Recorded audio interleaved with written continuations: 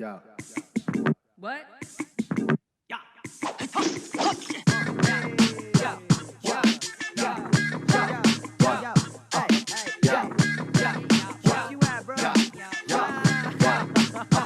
Yeah, the whole crew styling when we step out of the car. Bouncers lift the rope and the crowd goes off. 20 shots to the table, we don't even hit the bar.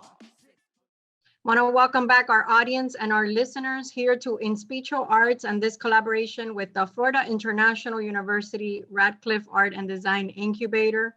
We took sort of a hiatus, right, Ray? Welcome back.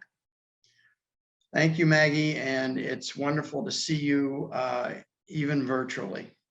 Well, we Better did bump face to into each face, other, but right? better, but virtually is okay. We did bump into each other at the FIU BBC campus a couple of weeks ago, and I said, oh my God, it's Ray Elman in person, right? An apparition, Yes. a hologram. So yeah, first of all, you know, Ray, I know that there's a situation going on in the Ukraine as we've all been watching. And, you know, we spoke briefly offline before we joined this recording that you had interviewed two gallerists from the Ukraine, young and up and coming couple. So you want to talk about that briefly?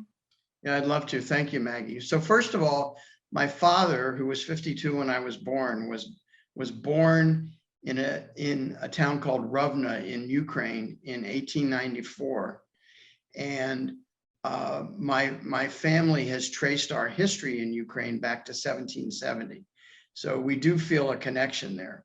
My father came to the United States in 1921.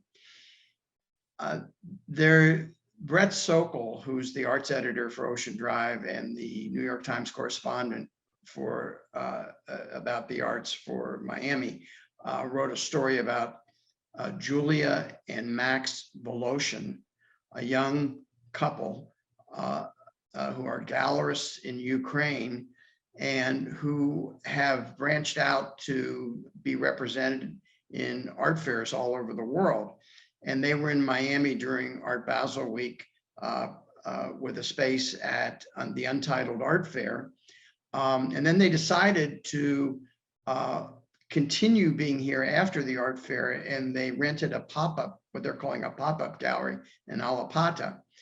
And they never dreamed that they weren't going to go home. And one day was normal for them, and the next day there's a war going on. And so they're stuck here, and they have an exhibition up of Ukrainian artists that they represent, which I viewed, and some of it is very moving. When you ultimately look at our interview that we'll publish in Inspicio within the next week, you'll see some very moving pieces that relate to the tragedy in Ukraine. And they are also going to combine with some of the top gallerists in Miami to do a fundraiser of Ukrainian art, as well as other artists, to raise funds for, for the people of Ukraine.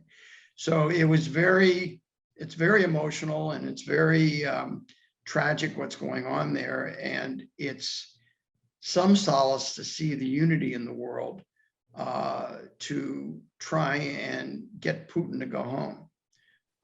These young artists, these young gallerists are very engaging, and they're very sophisticated about the way they're going about, their work. And so, within a week or two, you'll be able to meet them on Inspicio Arts. Thank you for sharing that, Ray. You know, like you said, I don't think they ever imagined coming here for a visit, that they would permanently be here, unable to return to their country. So that is very touching in the world that we're living in right now.